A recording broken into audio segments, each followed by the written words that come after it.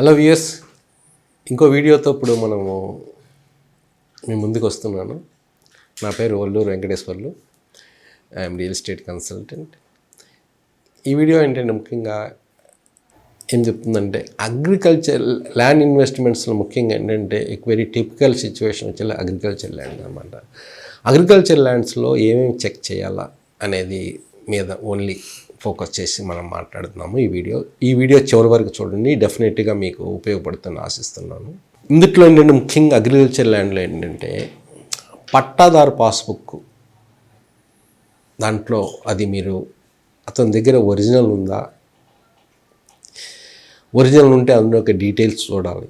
Owner ఎవరు, extend of the land ఎంత ఉంది, అందుట్లో మెన్షన్ చేసి ఉంటుందన్నమాట. ఓనర్ పేరు, ఇవన్నీ ఏంటంటే ఒరిజినల్గా ఉండాలి. అట్లనే సేల్ డీడ్ కూడా ఒరిజినల్ చూసుకోవాలి. అతని దగ్గర సేల్ డీడ్ ఉందా ఒరిజినల్గా. నార్మల్గా ఎక్కడికైనా మళ్ళీ వాళ్ళు లోన్ తీసుకుంటే పట్టాదారు పాస్బుక్ని మళ్ళీ వాళ్ళకి బ్యాంకు వాళ్ళకి ఇచ్చి ఆల్రెడీ ఇన్స్టిట్యూషన్కి ఇచ్చి వీళ్ళ దగ్గర పట్టాదారు పాస్బుక్ ఓన్లీ కాపీ పెట్టుకుంటారు అన్నమాట. అది కూడా మనం దృష్టిలో పెట్టుకోవాలన్నమాట. అంటే పట్టాదారు పాస్బుక్ వీళ్ళినంత వరకు ఒరిజినల్గా, సేల్ డీడ్ ఒరిజినల్గా ఉండేట్టు చూసుకోవాలి.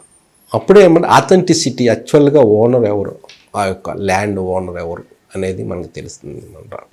ఇంకొకటి ROR 1B అంటారు దీన్ని కూడా. ఆ రికార్డ్స్ కూడా మనం చూసుకోవాలా. అది మనకి దొరుకుతుంది. యాక్చువల్గా ఏంటంటే ఈ రెవెన్యూ రికార్డ్ అనమాట. ఈ రెవెన్యూ రికార్డు ఇందులో ఏం చెప్తుందంటే యాక్చువల్గా పేరు, పట్టాదారు పేరు ఎవరు, వాళ్ళ యొక్క తండ్రి కానీ భర్త గారి పేరు, ఖాతా నెంబరు, సర్వే నెంబరు, భూమి వివరాలు అనమాట. అది మెట్ట మాగాన ఇట్లా తెలుస్తుంది. అట్లనే extent of the land, A land ఎట్లా ఉంటుంది. అట్లనే పట్టాదారునికి ఏ విధంగా సంక్రమించింది, వివిధ రకాలుగా సంక్రమిస్తుంది. ఇది ఫ్యామిలీ పరంగా సంక్రమించింది కానీ, ఇంకేదన్నా అసైన్మెంట్ ల్యాండ్ కానీ, గవర్నమెంట్ ఇచ్చిన ల్యాండ్స్ కానీ ఇట్లా డిఫరెంట్గా ఉంటుంది.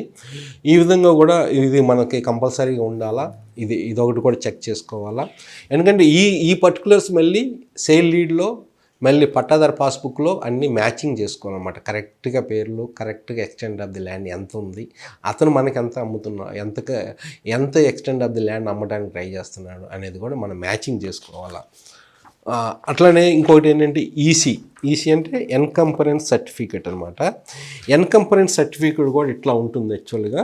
ఇది శాంపుల్ మీకు చూపిస్తాను. ఎన్కంపరెన్స్ సర్టిఫికేట్లో ఏముంటుంది, అన్నీ ఏ విలేజ్లో ఉంది, ఏ మండల్లో ఉంది, ఏ డిస్టిక్లో ఉంది, మనకు అది ల్యాండ్ అనమాట.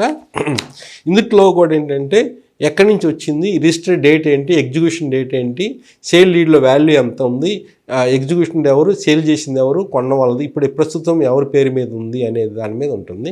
ఇందులో కూడా లింక్ డాక్యుమెంట్స్ కూడా ఉంటుందన్నమాట. యాక్చువల్గా లింక్ మొత్తం కొడితే ఏంటంటే చాలా పేజెస్ కూడా వస్తుంది. అందులో ఎవరెవరి నుంచి ఈ ల్యాండ్ అనేది సంక్రమించుకుంటూ వస్తుంది అనేది కూడా ఇందులో తెలుస్తుంది. అంటే ప్రజెంట్ ఎవరి పేరు మీద ఉంది అనేది తెలుస్తుంది అన్నమాట. క్లైమెంట్ అనమాట, సీల్ అని ఉంటుంది.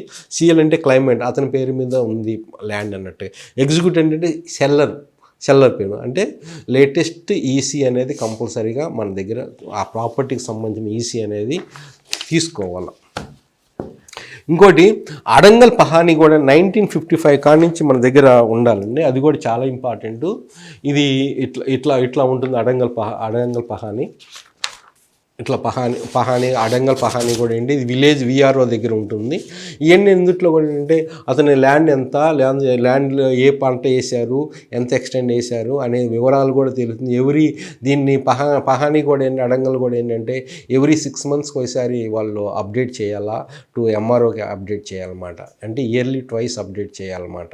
ఇందులో అడంగల్ పహానీ ఇవన్నీ మనం కొనబోయేటప్పుడు కూడా ఏంటంటే 1955 కాడి నుంచి ఉన్న రికార్డ్స్ మనకి కొనబోయే అగ్రిమెంట్కి ముందే మనం తీసుకొని వెరిఫై చేసుకోవాలన్నమాట. ఈ డాక్యుమెంట్స్, నేను చెప్పే డాక్యుమెంట్స్ అన్నీ. అట్లనే సేతువార్ రికార్డు కూడా ఉండాలి. సేతువార్ రికార్డులో కూడా ఇది ఏంటంటే RSR ఏదన్నా గవర్నమెంట్ ల్యాండ్స్ ఇందులో ఉండడానికి అవకాశం ఉందా, RSRది కూడా ఉంటుందన్నమాట. కాసరా పహానీ కూడా ఉంటారు. అట్లనే గ్రామ నక్ష ఏంటి, గ్రామనక్ష అంటే ఎఫ్ఎంబి అంటారు కొన్ని చోట్ల, అంటే ఫీల్డ్ మెజర్మెంట్ బుక్ అంటారు. అంటే మనకు అమ్మబోయే ల్యాండ్ ఏ సర్వే నెంబర్లో ఉంది అనేది ఆ సర్వే మ్యాప్ అనమాట. అన్ని సర్వే నెంబర్ మ్యాప్స్తో ఒక విలేజ్ వైజ్ ఉంటుంది. దాన్ని కూడా మనం వెరిఫికేషన్ చేసుకోవాలా. ఎందుకు వెరిఫికేషన్ చేసుకోవాలంటే ఇది కూడా చాలా ఇంపార్టెంట్. అంటే వాళ్ళు అమ్మబోయేది ఒక ల్యాండ్ అయితే మనకు చూపించేది ఇంకో ల్యాండ్ కూడా అవ్వటానికి అవకాశం ఉంది. అది మనకు తెలియదు కదా, మనకి చూపించే ల్యాండ్ ఈ పలానా సర్వే నెంబర్లో ఉందా లేదని ఎట్లా తెలుస్తుంది? ఆ మ్యాప్స్ అన్నీ ఎఫ్ఎంబి మ్యాప్స్ అన్ని మనం చూస్తేనే, సర్వేని కూడా ఒకసారి కలిస్తేనే ఈ ల్యాండ్ ఈ సర్వే నెంబర్లో ఉందని మనం కన్ఫర్మ్ చేసుకున్న తర్వాత కొనాలి. ఎందుకంటే ఒక్కోసారి మోసం చేయాలనుకున్నప్పుడు ఏంటంటే ఆ ల్యాండ్ సర్వే చూపించేది ఒక ల్యాండ్ అవ్వచ్చు, రిజిస్ట్రేషన్ చేసేది ఒక ల్యాండ్ అవ్వచ్చు అనమాట. ఇవన్నీ చాలా ఇంపార్టెంట్ అనమాట. సింపుల్గా అనిపిస్తాయి కానీ చాలా ఇంపార్టెంట్ అనమాట. అట్లనే ధరణిలో కూడా ఏంటంటే చాలా అద్భుతమైన, ధరణిలో కొన్ని అవకాశాలు వచ్చినాయి. ఈరోజు ఆన్లైన్గా మీరు ధరణిలో మీరు చెక్ చేసుకోవచ్చు ల్యాండ్ డీటెయిల్స్ అని. ల్యాండ్ డీటెయిల్స్ కూడా ఏంటంటే మనం చెక్ చేసుకుంటే ఏంటంటే చాలా ఈజీగా దొరుకుతుంది. ఇది ల్యాండ్ డీటెయిల్స్ అనమాట. ఒక ధరణిలో ఇందుట్లో కూడా ఏమిటి, ఏ జిల్లా, ఏ మండలము, ఏ గ్రామము, సర్వే నెంబర్ ఏంటి, ఖాతా నెంబర్ ఏంటి, ఎవరి పేరు మీద ఉంది, వాళ్ళ తండ్రి పేరు ఏంటి, ఇట్లాగా నేచర్ ఆఫ్ ది ల్యాండ్, అది పట్టా ల్యాండా, government land, assign land, different types of lands ఉంటాయి కదా, సాదాబైనం land, assign land, government lands, ఈ విధంగా అనమాట. అట్లనే ఎంత extent, classification of the land, అది మెట్ట ప్రాంతమా, డ్రై ప్రాంతమా, మాగాని ప్రాంతమా అనేది classification of the land, market value ఎంత, ఈ విధంగా కూడా ఏంటంటే ధరణిలో ఏంటంటే ల్యాండ్ డీటెయిల్స్ మనం తీసుకోవచ్చు అనమాట. డెఫినెట్గా ఇది చాలా ఈజీ, ఎవరి సహాయం అవసరం లేదు. మన ధరణిలో మన ఫోన్ నెంబర్తో లాగిన్ అయితే ఏంటంటే ఇనిషియల్గా అడుగుతుంది, మీ ఫోన్ నెంబర్తో లాగిన్ చేసుకొని మన అన్ని సర్వే నెంబరు కొడితే, గ్రామం, విలేజ్ అన్నీ కొడితే ఆటోమేటిక్గా మనకు వచ్చేస్తుంది. ల్యాండ్ డీటెయిల్స్ మనకు చాలా వరకు ఇవన్నీ మనం మ్యాచ్ చేసుకోవాలి. అన్ని చోట్ల ఒకే పేరు ఓనర్ పేరు ఉండాలా, ఎంత ఎక్స్టెంట్ ఆఫ్ ది ల్యాండ్ ఉండాలి అనమాట. ల్యాండ్ టైప్ కూడా ఏంటి, అసైన్ ల్యాండ్, భూదాన్ ల్యాండ్, పట్టా గవర్నమెంట్ ల్యాండ్, అది ట్రైబల్కి ఇచ్చిన ల్యాండా, అగ్రికల్చర్ ల్యాండా, అటవీ ప్రాంతం ల్యాండా, ఇవన్నీ కూడా మెన్షన్ చేస్తారన్నమాట. కొన్నిటికి రిస్ట్రిక్షన్స్ ఉన్నాయి. ఏది ఎస్సీ ఎస్టీ వెనుకబడిన తరగతి బాగా షెడ్యూల్ కులాలకి ఇచ్చిన ల్యాండ్స్ అంతవరకు అమ్మటానికి లేదు ఇమ్మీడియట్గా. అట్లనే అసైన్మెంట్ ల్యాండ్స్ కొన్ని రోజులు అమ్మటానికి, అట్లనే మిలిటరీకి ఇచ్చిన ల్యాండ్స్ కూడా ఒక 10 years తర్వాతే అమ్మటానికి అవకాశం రైట్స్ ఉన్నాయన్నమాట. ఇవన్నీ మనం తెలుసుకోవాలి. ఎందుకంటే ఒకసారి అగ్రిమెంట్కి డబ్బులు మనం కొంత ఇచ్చిన తర్వాత మళ్ళీ వెనక్కి తీసుకోవడం కూడా చాలా కష్టం అవుద్ది. ఇవన్నీ తెలుసుకోకపోతే ఇవ్వబోయే ముందే ఇవన్నీ ఒకసారి మనం చెక్ చేసుకోవాలన్నమాట. చెక్ చేసుకుంటే ల్యాండ్ టైప్ ఉంటుంది. నేచర్ ఆఫ్ ది ల్యాండ్ కూడా ఏంటి, అసైన్ ల్యాండ్, విరాసిత్ ల్యాండ్, అంటే మోస్ట్లీ బై ఫ్యామిలీతో నుంచి వచ్చి సంక్రమించిందనమాట అది. ఇంకొకటి ఏంటంటే ముఖ్యంగా మనం చూసుకోవాల్సింది ఏంటంటే ధరణిలో కూడా కోర్టు కేసులు ఏమైనా ఉన్నాయా, అట్లనే ప్రొహిబిటెడ్ లిస్టులో ఏమైనా ఉందా ఆ ల్యాండ్, అట్లనే లిటిగేషన్ ల్యాండ్స్ ఏమైనా ఉన్నాయా, ఇవన్నీ చెక్ చేసుకోవాలన్నమాట. ఇవన్నీ చెక్ చేసుకుంటాం కూడా నేను ఇంకో వీడియోలో చెప్పాను. There are 3 types of verifications అనమాట.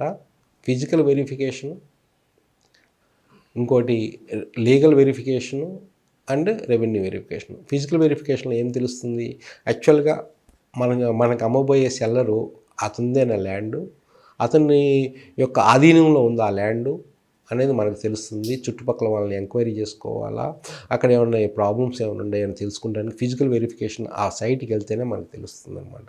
అన్నీ కనుక్కోవాలి. అట్లనే లీగల్ వెరిఫికేషన్ అయితే లాయర్ దగ్గరికి తీసుకెళ్తే అన్ని లింక్ డాక్యుమెంట్స్ మొత్తం చిట్టా తీస్తారనమాట. ఎవరు ఎట్లా సంక్రమించింది, ఇతనికి లీగల్గా సంక్రమించిందా, ఈజ్ ద రైట్ పర్సన్ ఓనరా కాదా అనేది వాళ్ళు డిసైడ్ చేస్తారన్నమాట. ఇంకా డాక్యుమెంట్స్ అవసరమైతే అడుగుతారు, వాళ్ళు కూడా మనం అడిగి తెప్పించుకొని. చాలామంది ఏం చేస్తుంటారు, దీన్ని లీగల్ వెరిఫికేషన్ అవాయిడ్ చేస్తుంటారు. 5,000 6,000లో 10,000 లోపులో మనం అంత ఖర్చు పెట్టి మనం ప్రాపర్టీ కొనేటప్పుడు ఆ డబ్బులు సేవ్ చేయడానికి కూడా ఏంటంటే లీగల్ వెరిఫికేషన్ ఆ తర్వాత బాధపడాల్సి వస్తుంది అనమాట. అట్లనే రెవెన్యూ వెరిఫికేషను, రిజిస్ట్రేషన్ ఆఫీస్కి కానీ అట్లనే ఎంఆర్ ఆఫీస్కి కానీ వెళ్ళిపోయి దానికి సంబంధించిన డాక్యుమెంట్స్ ఇది కొనాలి, ఇది కరెక్టేనా కాదా, అప్పుడు వాళ్ళకి తెలుస్తుంది కూడా అనమాట. ప్రొహిబిటెడ్ లిస్ట్లో ఉందా, ఏమైనా లిటిగేషన్ ప్రాబ్లమ్స్ ఏమైనా ఉన్నాయా, అట్లనే ఇంకేదైనా కోర్టు కేసెస్ ఏమైనా ఉన్నాయా, ఇవన్నీ మనం చెక్ చేసుకోవాలా కొనేటప్పుడు. నేను మీకు కొన్నే చూపించాను, ఇంకోటి కూడా ఉంది యాక్చువల్గా అగ్రికల్చర్ ల్యాండ్స్లో ఏంటంటే నో పీటీ సర్టిఫికేట్. ఇది కూడా చాలా ఇంపార్టెంట్. అంటే దాని మీద ఉన్న వ్యక్తి ఎవరు, ఇప్పుడు దాన్ని ఎవరి పొజిషన్లో ఉంది, లేకపోతే ఎవరు కౌలుదారు పొజిషన్లో ఉందా లేదా అనేది కూడా వెళ్ళకుండానే ఈ నో పీటీ సర్టిఫికేట్ కూడా చాలా వరకు ఉపయోగపడుతుంది అన్నమాట. ఇది తెలుసుకోవడానికి అవకాశం ఉందన్నమాట. కొంతమంది ఈ సర్వే కూడా మనము గవర్నమెంట్ సర్వే చేత మనం సర్వే చేయించి హద్దులు ఫిక్స్ చేయించాలి. అది చాలా important. Private surveyor authenticated person కాదు, అందువల్ల ప్రైవేట్ సర్వేర్ ద్వారా వెళ్ళకండి. ముఖ్యంగా ఏంటంటే గవర్నమెంట్ సర్వేర్ చేతే గవర్నమెంట్ సర్వేర్ని పిలిపించి అది కరెక్ట్గా తెలుస్తుంది. ఏదన్నా పక్కన గవర్నమెంట్ ల్యాండ్ ఉందనుకోండి, గవర్నమెంట్ ల్యాండ్ ఎంతవరకు ఉంది, పట్టాదారు ల్యాండ్ ఎక్కడి నుంచి స్టార్ట్ అవుతుంది అనేది కరెక్ట్ పర్సన్ జడ్జిమెంట్ చేయగలిగితే ఓన్లీ సర్వేయర్, మండల్ ఉంటే మండల సర్వేయరు వాళ్ళనే పిలిపించి వాళ్ళ చేతే చేయించుకొని సంతకాలు తీసుకోవాలన్నమాట. దాని దగ్గర ఎవరైతే బయ్యర్ సెల్లర్ ఇది మోస్ట్లీ అగ్రిమెంట్ అయిన తర్వాత ఎప్పుడు జరుగుతుంది ఈ స్టెప్ ఎప్పుడంటే రిజిస్ట్రేషన్కి వెళ్ళబోయే ముందు జరుగుతుంది అనమాట. రిజిస్ట్రేషన్కి వెళ్ళబోయే ముందు కూడా ఏంటంటే ఇంకో ప్రికాషన్ కూడా తీసుకోవాలా. మన అగ్రిమెంట్ కొంతవరకే ఇవ్వాలి, అంతా ఓ 10% కన్నా తక్కువ ఇవ్వాలా. అగ్రిమెంట్ చేయించుకున్న తర్వాత మనం పొజిషన్లోకి వెళ్ళాలి. ల్యాండ్ అంటే మన పొజిషన్లోకి ఎట్లా వెళ్తాము, యాక్చువల్గా సెల్లర్ ఉన్నా కానీ మన పొజిషన్లోకి ఎట్లా మనం ఒక ప్రారీ కడతానికి కానీ హద్దులు ఇంకొంచెం రాళ్ళు నాటడానికి ప్రయత్నిస్తాం. అట్లా ప్రయత్నించిన ఎవరైనా ఏదైనా లిటిగేషన్ ఉన్నప్పుడు ఆటోమేటిక్గా వాళ్ళు వస్తారు, రే ఎట్లా నడుతావు ఏంటి అనేది. అప్పుడు మనకు తెలుస్తుంది యాక్చువల్గా ఈ ల్యాండ్ కరెక్టా కాదనేది. అది చాలా వరకు ఉపయోగపడుతుంది అన్నమాట. పొజిషన్ కూడా చాలా ఇంపార్టెంట్ అనమాట.